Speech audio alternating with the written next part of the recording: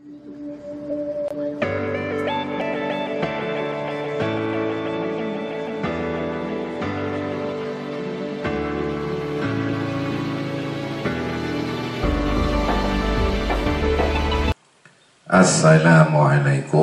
warahmatullahi wabarakatuh. Bismillahirrahmanirrahim. Alhamdulillahi rabbil alamin. Wal aqibatu lil muttaqin. Wala udwana illa 'alal zalimin. Asyhadu an la ilaha illallah wahdahu la syarika lah. Wa asyhadu anna Muhammadan abduhu wa rasuluh la nabiyya ba'da. Anak-anakku sekalian, santriwan santriwati Ponpes Ar-Radhatul Ilmiyah YTB Kertosono yang sangat saya banggakan. Alhamdulillah, pada hari ini kita dapat melanjutkan kembali, yaitu mengkaji bersama kitab Arba'in An-Nawawiyah.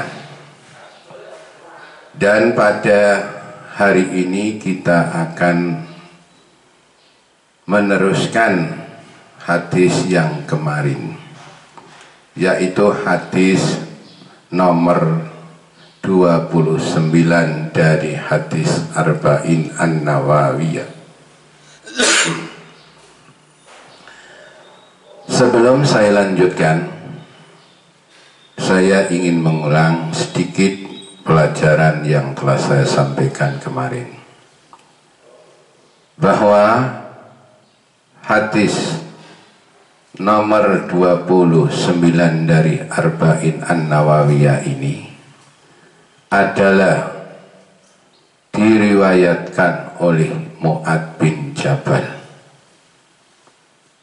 Siapakah Mu'ad bin Jabal itu? Dia adalah seorang sahabat yang diutus oleh Nabi ke negeri Yaman untuk menjadi seorang dai, menjadi seorang mubaligh di negeri Yaman sana. Dan dia adalah seorang ahli fikih dari kalangan para sahabat. Kemudian hadis yang ditanyakan oleh Mu'ad adalah tentang amal yang bisa memasukkan manusia ke dalam surga dan menjauhkan dari neraka, yaitu amalan yang bisa memasukkan manusia ke surga dan menjauhkan diri dari neraka adalah melaksanakan arkanul Islam. Dengan melaksanakan rukun Islam yang 5 itu, insya Allah seorang Islam akan masuk ke dalam surga. Kemudian kemarin sudah sampai pada watahujul bait, haji ke Baitullah. Lalu sekarang kita lanjutkan kata Nabi selanjutnya kepada Mu'ad, ala atulluka ala abwabil khair. Apakah engkau mau, wahai Mu'ad, aku tunjukkan kepada engkau suatu amalan yang kalau kamu lakukan, kamu akan mendapatkan kebaikan-kebaikan. Maka Mu'ad mau. Maka yang pertama adalah as-saumu junnat. Puasa adalah perisai. Saya ulang, puasa adalah perisai. Ini dinamakan omongan tasbih balik. yang asalnya adalah as-saumu kal junnati fil wiqayah. Puasa itu seperti tameng di dalam menjaga diri. Kemudian kalimat kafnya atau adat tasbihnya dilempar, dan fil wiqayah waju sabanya juga dilempar, sehingga tinggal musabbah dan musabbabi. Lalu omongan tasbih itu menyamakan satu perkara dengan perkara yang lain karena ada kesamaan. Lalu apa kesamaannya? Perisai itu adalah alat untuk membentengi diri dari serangan musuh. Baik musuh itu menyerang dengan cara memanah, melemparkan tombak, atau dengan pedang. Ketika musuh memanah dan orang yang dipanah itu menggunakan perisai, maka panah atau anak panah itu tidak akan mengena kepada orang tersebut, tapi akan kena tameng sehingga dia selamat dari bahaya anak panah ini atau tombak. Begitu pula dengan puasa ini, manusia seharusnya bisa terhindar dari perbuatan dosa, dari perbuatan maksiat. Kemudian selanjutnya sabda Nabi, was-shadaqatu tudfi'ul khati'ah, dan sodako itu bisa menghapus kesalahan.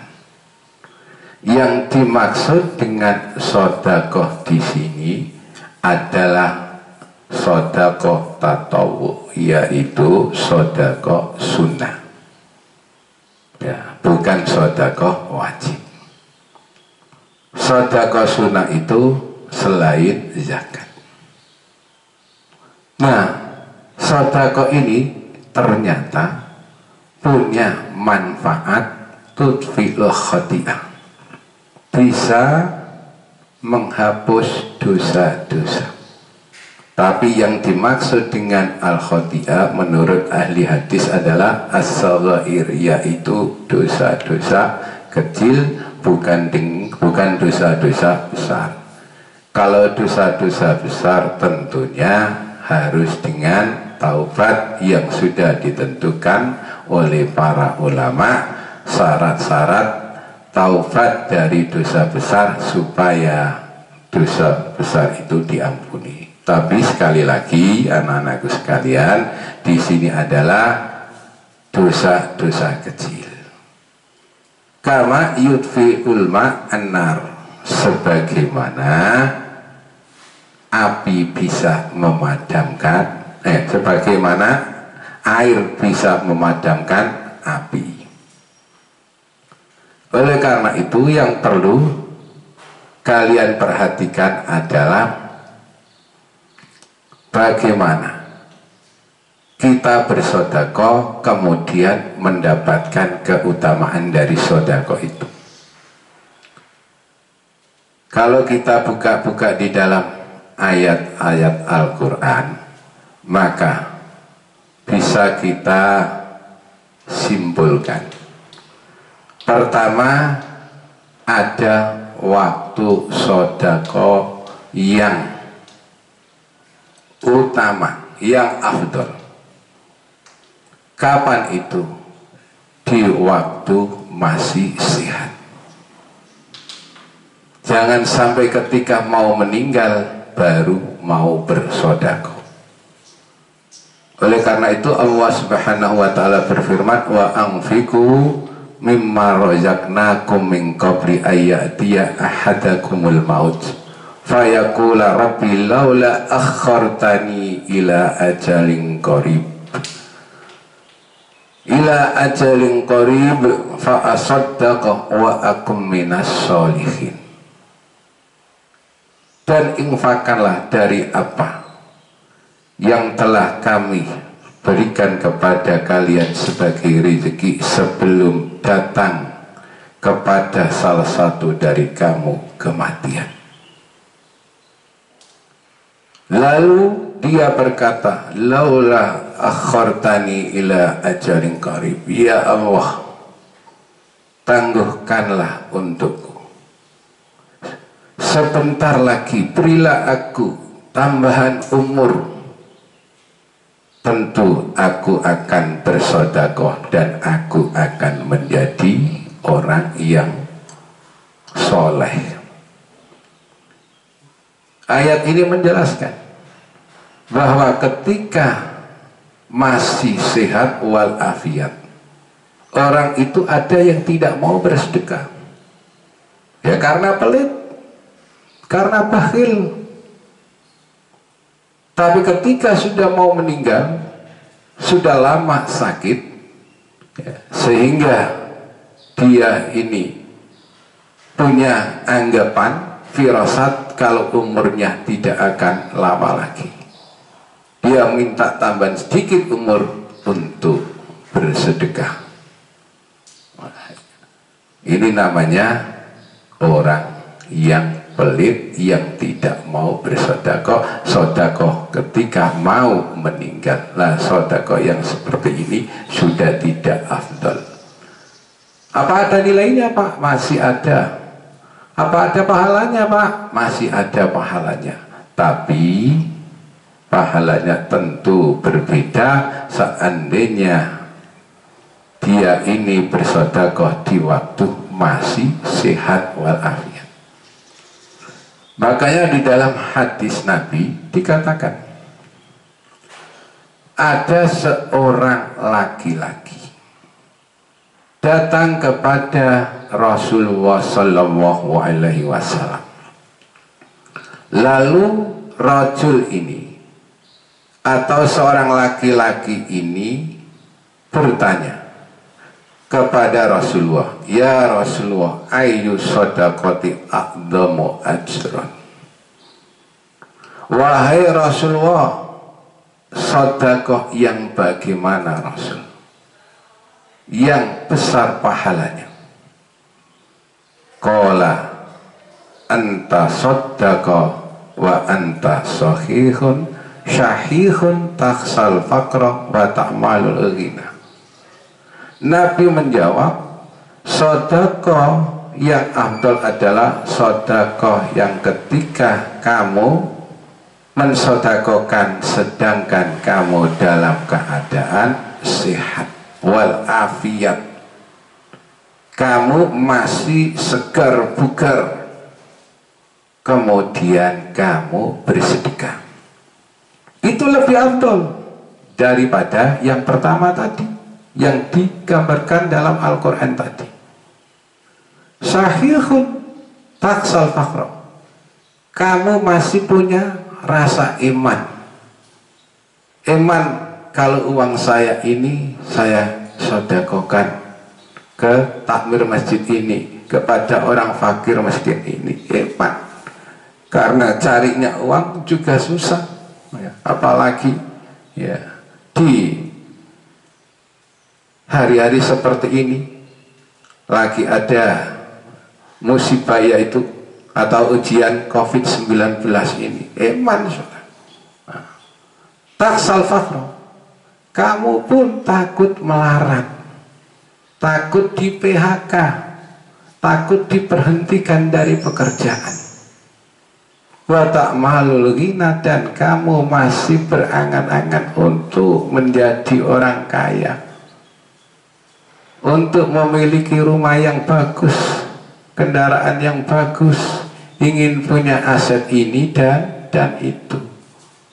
Kalau ada orang yang bersedekah, dia waktu sehat padahal masih punya perasaan, ya, iman, wedi melarat, wedi di PHK, kemudian dia ini juga punya angan-angan untuk memiliki ini dan itu, tapi kok dia bersedekah, maka itulah sedekah yang afdol menurut Nabi Muhammad.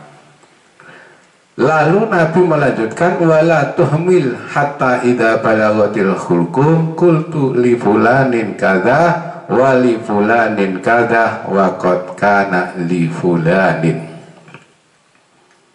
Dan jangan kamu menangguhkan sedekah sehingga apabila nyawa sudah di tenggorokan, mau meninggal, baru kamu mengatakan, hartaku yang ini untuk si fulan, hartaku yang ini lagi untuk si fulan, hartaku yang ini lagi sudah menjadi milik si fulan. Itu sudah tidak afdal. Makanya yuk, kalau besok kamu sudah bekerja, kemudian kamu punya penghasilan lebih, maka usahakan untuk bersedekah itu tidak usah nunggu sampai kamu menjadi orang benar-benar kaya, ya, karena siapa tahu ajal menjemput sebelum kalian menjadi orang kaya benar-beneran. Pokoknya kalau sudah bekerja, kemudian dapat penghasilan yang cukup, bahkan mungkin ada kelebihan rezeki, silakan kamu rajin bersedekah. Atau gampangnya kalau gajiannya mingguan, kemudian setiap minggu dapat, sudahlah disedekahkan. Kalau 1 minggu dapat 1 juta, ya diambillah 100.000 disedekahkan. Kepada siapa? Ya kepada tetangga bisa, kepada keluarga kamu yang membutuhkan bisa, ya kepada janda tua juga bisa, dan kepada yang lain bisa. Kalau gajimu besok kok bulanan, 1 bulan mendapat 5 juta, ya kalau bisa bersedekah dengan 500, ya bagus. Kalau enggak bisa, ya 400. Kalau enggak bisa, ya 100. Tiap mendapatkan gaji kamu bersedekah. Dengan sedekah itu, yang pertama dosa kamu, ya, yang kecil-kecil itu bisa diampuni oleh Allah. Yang kedua, kamu mendapatkan pahala.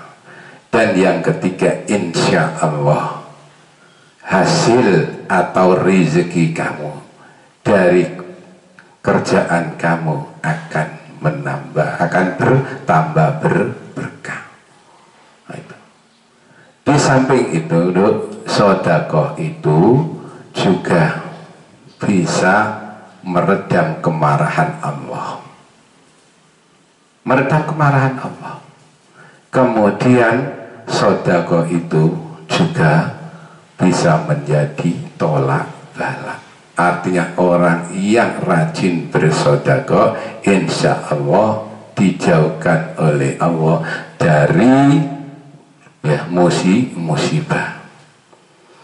Kemudian ada sebuah riwayat yang mengatakan, as-sahiyu qaribum minallah, qaribum minan nas, qaribum minal jannah, wa ba'idum minan nar. As-sahiyu, orang yang dermawan, qaribum minan nas, dekat dengan Allah. Ya. Saya ulang, as-sahiyu, orang dermawan, qaribum minallah, dekat dengan Allah. Ya. Bukti apa? Iya, karena sebagian uang dia, sebagian rezeki dia untuk kepentingan agama Allah. Ketika ada pengajian yang membutuhkan dana, maka dia inilah yang menjadi orang yang pertama menanggung biayanya. Ketika ada orang yang mau bangun masjid, maka dia datang pertama kali untuk menyerahkan uangnya untuk pembangunan masjid. Ada orang yang mau membangun pondok pesantren, maka dia juga datang pertama untuk menitipkan jariahnya ke pondok pesantren yang akan dibangun. Ini sebagai contoh bahwa as-sakhiyu qaribun minallah. Orang yang dermawan itu dekat dengan Allah. Kemudian yang kedua, qaribun minannas. Orang yang dermawan itu dekat dengan manusia. Bukti apa?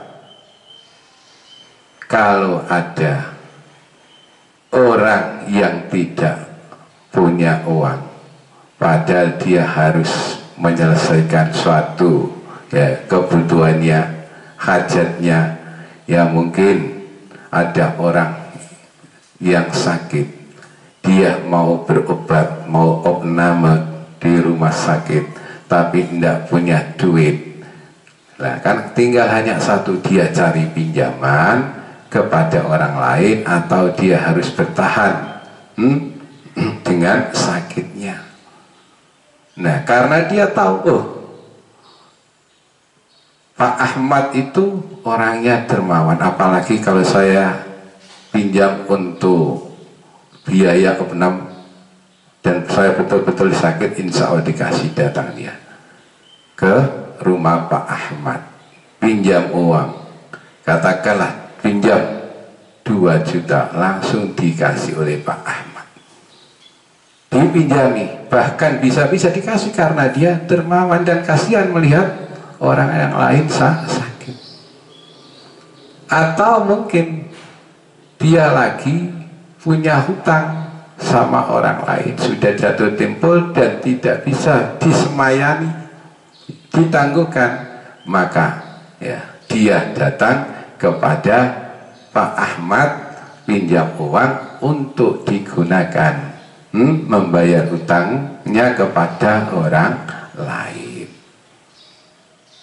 Dan masih banyak contoh yang lain. Ini sebagai contoh bahwa manusia, orang yang dermawan itu dekat dengan manusia. Kemudian qaribun minal jannah, dekat dengan surga. Sudah barang tentu kalau dekat dengan Allah, dekat dengan manusia, secara otomatis dia dekat dengan surganya Allah. Wa baidu minan nar, dan jauh dari neraka.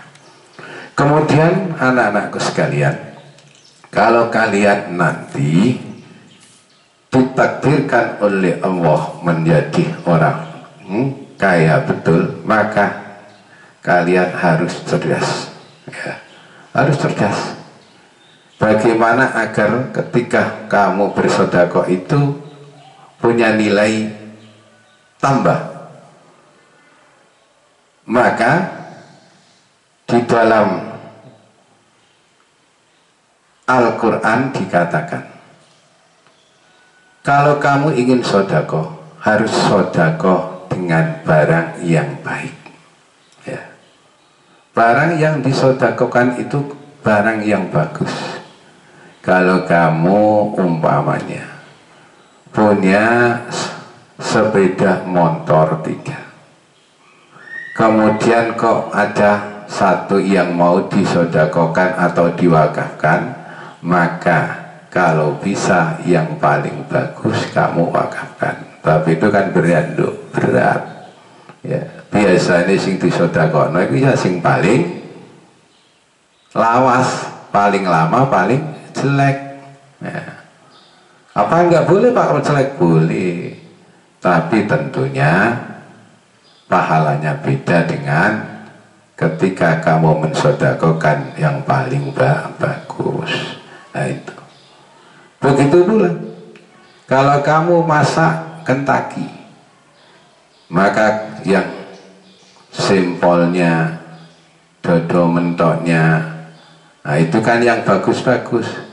Ya, itu supaya yang kamu berikan kepada orang lain, kamu sedekahkan. Sementara yang kakinya, kemudian kepalanya, jeroannya kamu makan. Kalau mau begitu, itu berarti kamu mensedekahkan yang paling bagus. Kira-kira bisa ndak itu nak sampean? Berat apa berat? Berat. Ya mungkin bagi kita berat. Tapi hal-hal yang seperti itu dulu sering dilakukan oleh para sahabat Nabi. Coba kalau kamu buka dalam surat Al-Imran, ketika Nabi menyampaikan ayat lan tanalul birra hatta tunfiqu mimma tuhibbun, al-ayat. Lan tanalul birra, kamu tidak akan mendapatkan albir, kebaikan. Albir maknanya al-jannah, al-ajru ar-ridha. Sehingga kalau kita artikan, kalian tidak akan memperoleh surga, ridha Allah, pahala yang besar, sehingga kamu menginfakkan hartamu yang paling kamu cintai. Setelah ayat ini disampaikan oleh Nabi Muhammad kepada para sahabat, langsung Abu Tolhah dengan segera meresponnya.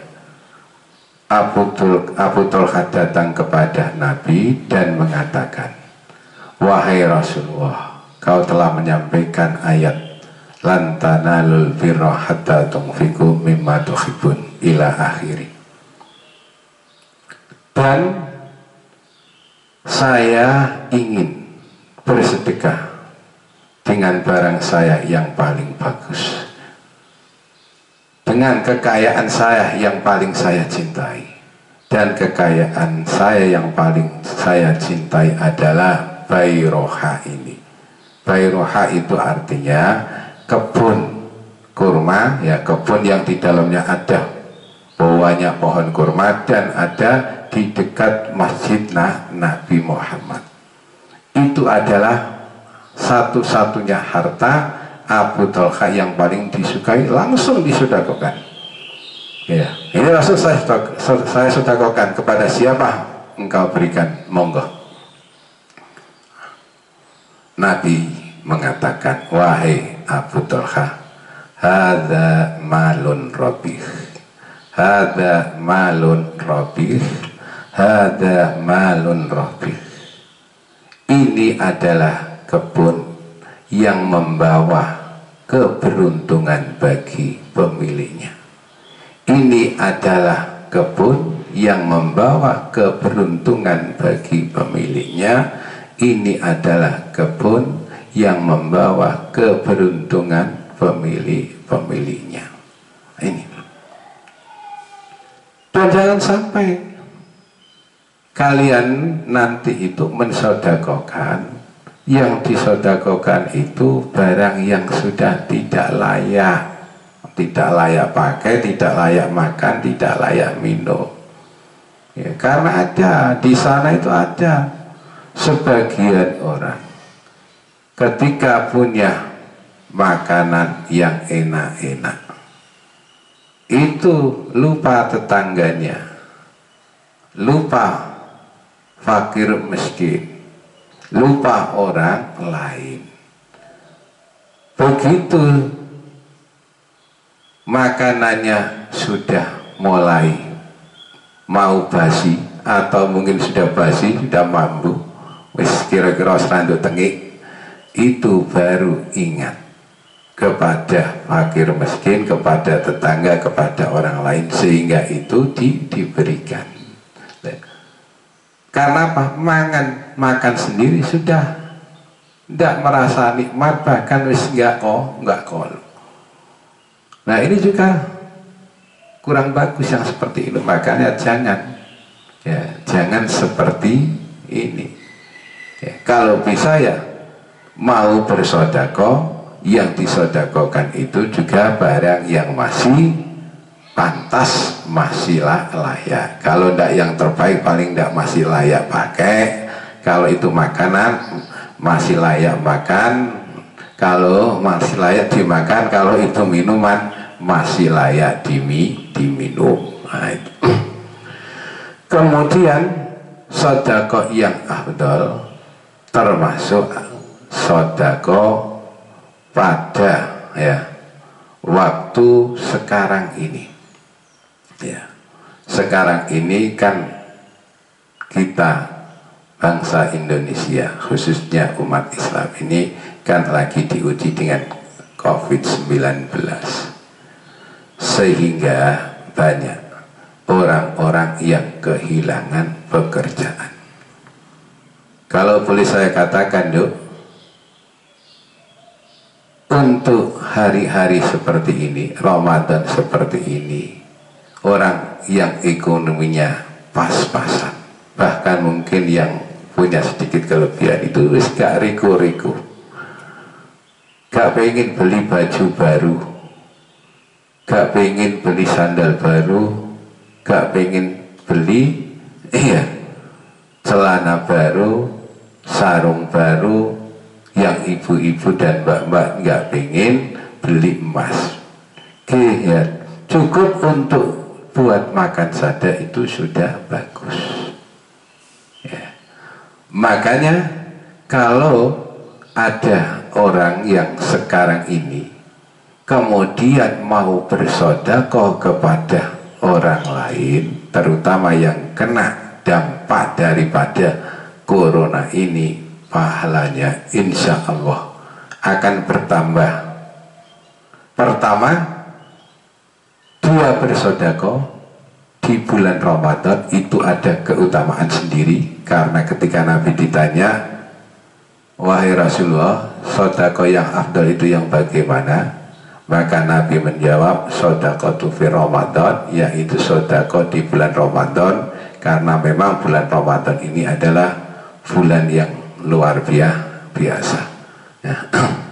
Sampai dikatakan, lau ta'lamu ummati fi Ramadana, lau ta'lamu ummati ma fi Ramadana, la tamannau antakuna sannatu kulluha Ramadan.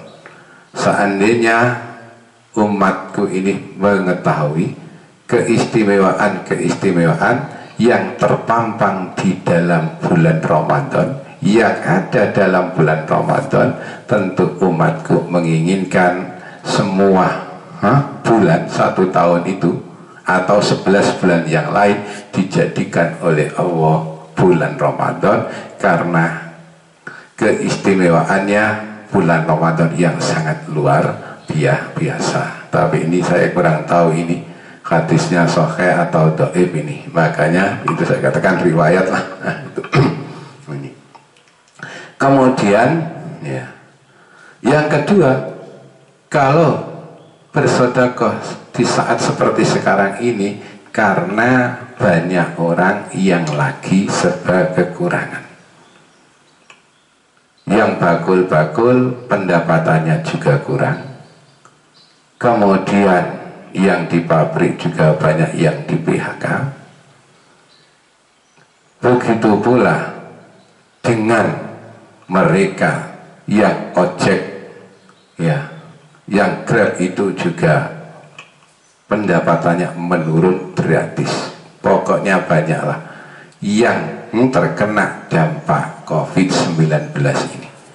Nah, kemudian kalau ada orang bersedekah, ini akan punya nilai tambah. Pertama, karena di bulan Ramadan. Yang kedua, karena lagi ada musibah. Kalau Allah berfirman dalam Al-Quran, la yastawi minkum man anfaqa min qablil fathi wa qatala ulaika a'dhamu darajatan minal ladzina anfaqu mim ba'du wa qatalu wa kullu wa'adallahu husna. Ayat ini kan memberitahu kepada kita sekalian bahwa orang yang berinfak, bersedekah ketika sebelum Fathu Makkah, berarti para sahabat sebelum Fathu Makkah, yakni para sahabat yang menginfakkan hartanya sebelum Fathu Makkah, itu oleh Allah dikatakan lebih afdol, a'dhamu darajatan, lebih besar derajatnya dibanding mereka yang menginfakkan hartanya sesudah Fathu Makkah, sesudah Mekah dikuasai oleh orang Islam, sesudah Mekah ditaklukkan oleh umat Islam. Kenapa begitu? Iya, karena sebelum Fathu Makkah Nabi Muhammad untuk mengumpulkan dana itu tidak gampang ya, karena apa? Jumlah umat Islam belum banyak atau tidak sebanyak Fathu Makkah. Sementara sesudah Fathu Makkah orang Islam sudah banyak jumlahnya, yang mereka asalnya kafir masuk Islam afwaja, berbondong-bondong, sehingga jumlahnya banyak sekali. Untuk mencari dana itu jauh lebih gampang.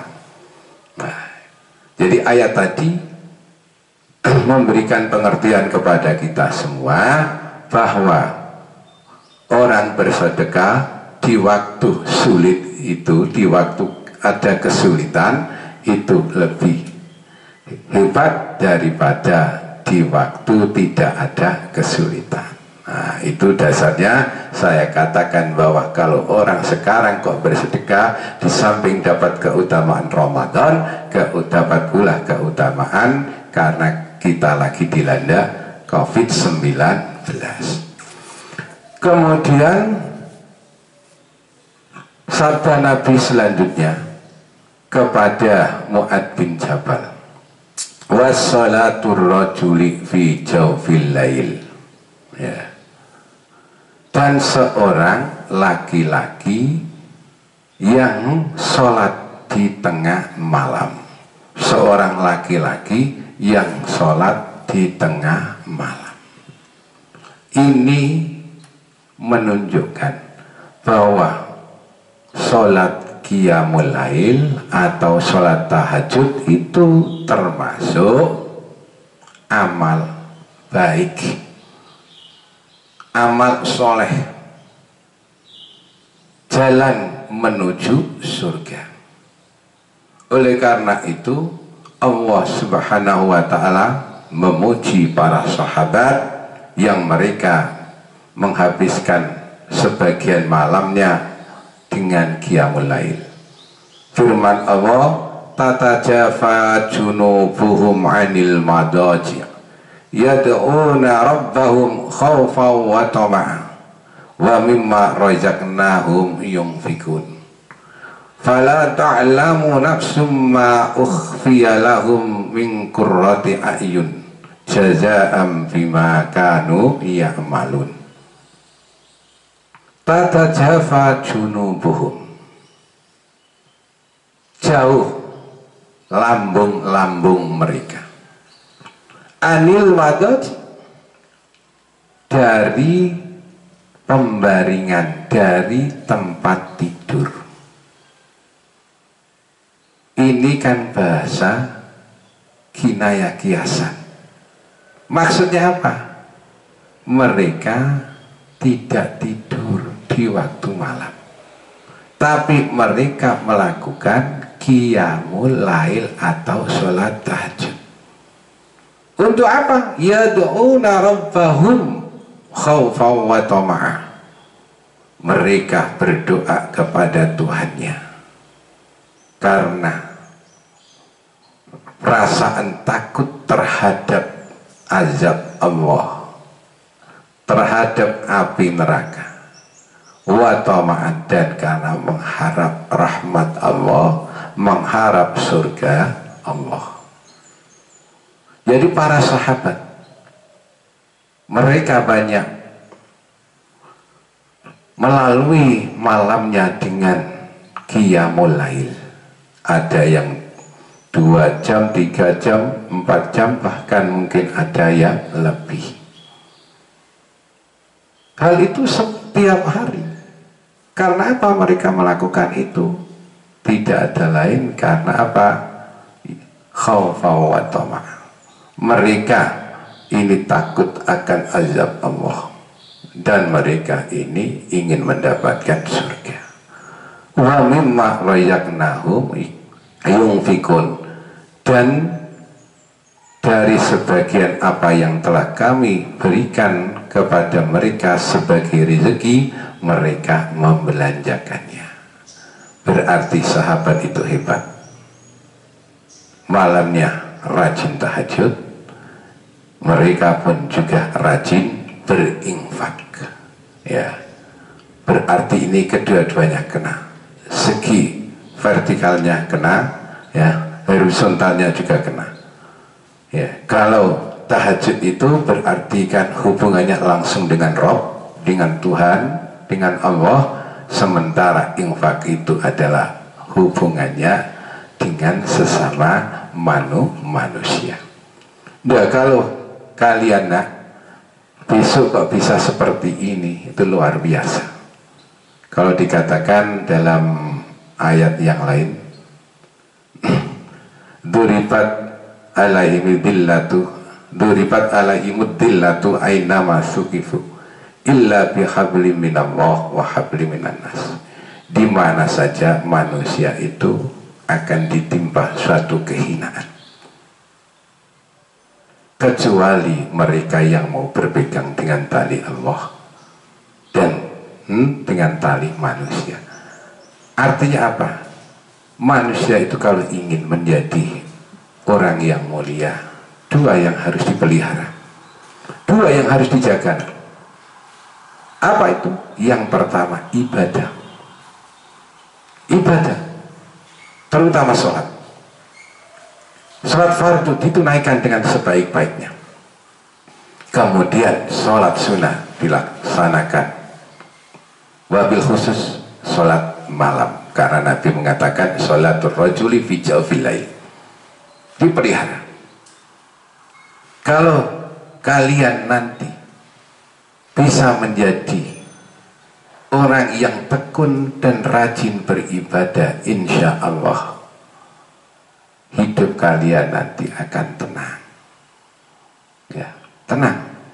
Apalagi itu sudah menjadi kebiasaan. Itu ya. Karena sholat itu termasuk juga bisa menenangkan hati.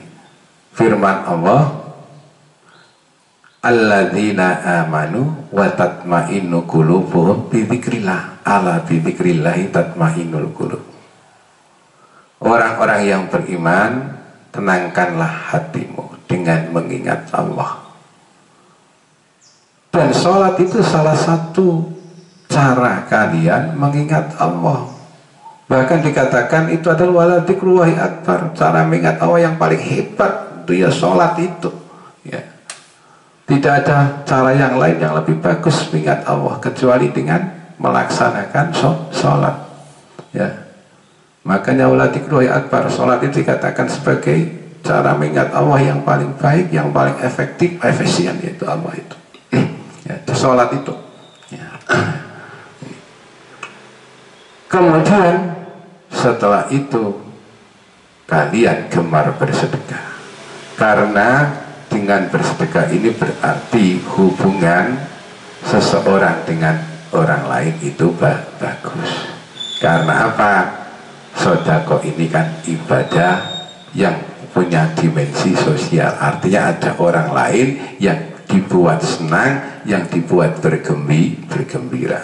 Itu anak-anakku sekalian yang sangat saya banggakan.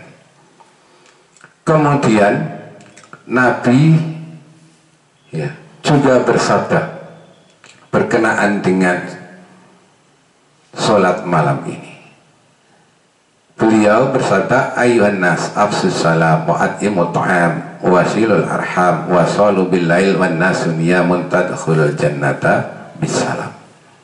Wahai manusia, sebarkanlah salam kalau ketemu teman muda, ya, baik adik kelas atau kakak kelas atau mungkin teman kamu di sekolahan yang lama sebelum kamu mondok ketemu, ya sampaikan salam kepada mereka, ya. Apa sih beratnya menyampaikan salam, ya. Kalau kamu mengatakan salam atau mengucapkan salam kepada mereka, itu kan kamu berarti mengamalkan hadis ini, dan itu dapat nilai pahala dan orang itu senang karena merasa kamu taruh. Kemudian wa'at imuto'am, berilah makanan kepada orang lain. Besok nih sampai anak kabeh wis sugih, ya wis kecukupan, ya rajin memberi makanan kepada orang lain. Was sulul arham, sambunglah sanak kerabat.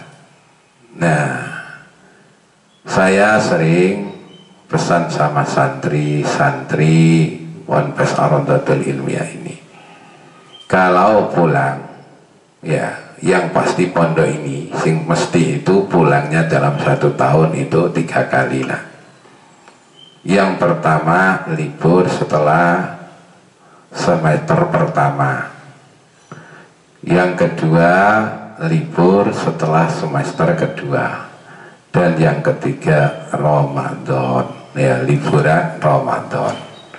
Yang satunya ini tidak pasti. Yang tidak pasti itu hari raya Idul Adha, ya itu kadang-kadang libur, kadang-kadang tidak, tapi sudah beberapa tahun itu sering libur. Kemarin tidak libur tapi boleh pulang. Ternyata harapan kami itu kan yang baru-baru saja, tambah yang lama-lama juga ikut pulang, sehingga kemarin juga banyak yang pulang, meskipun masih ada yang hari raya Idul Adha di sini menyembelih sapi, kambing bersama kami, tapi yang banyak itu pulang. Nah, saya selalu berpesan kepada kalian, kakak-kakak kelas kalian, kalau pulang itu janganlah waktu 10 hari, 15 hari, bahkan ada yang sampai 25 hari. Kalau lebaran itu untuk kesana kemari main dari rumah satu teman ke teman yang lain, jangan.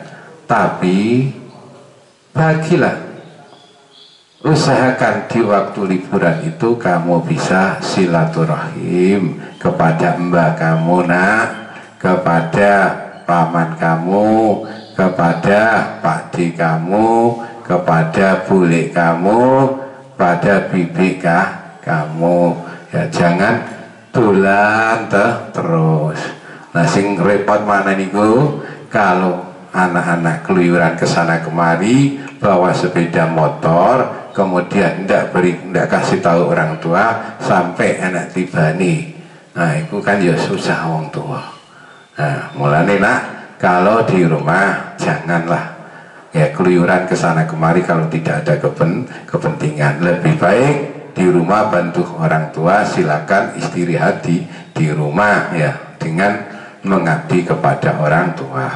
Ya mungkin kalau dipondokkan terus dipleter pelajaran, saiki ya dendam di rumah, ya tidur bantu orang tua, ya begitu. Jangan keluyuran kesana kemari, ya kemudian pikiran orang tua ndak karu-karuan karena ndak jelas anaknya ini ada di mana. Ini selalu saya sampaikan setiap mau pulang, baik di kelas maupun ketika apel sebelum pulang. Kemudian wasallu bil lail wan nasu niyamun tadkhulul jannah bisalam, dan sholatlah di waktu malam sedangkan manusia sama tidur. Nah, hamba Allah yang luar biasa, dia melalui malamnya dengan bermunajat kepada Allah, dengan melakukan sholat tahajud, dia mulai manusia atau orang-orang lain sesama tidur, pada tidur semua. Kalau sudah begitu, tadkhulul jannata bisalam. Insya Allah kamu semuanya santriwan santriwati ITB besok masuk surga semua kalau memang kamu mengamalkan hadis ini. Barangkali itu yang bisa saya sampaikan ya, karena waktunya sudah habis. Ada kurang lebihnya mohon maaf. Billahi taufiq wal hidayah waridho wal inayah. Wassalamualaikum warahmatullahi wabarakatuh.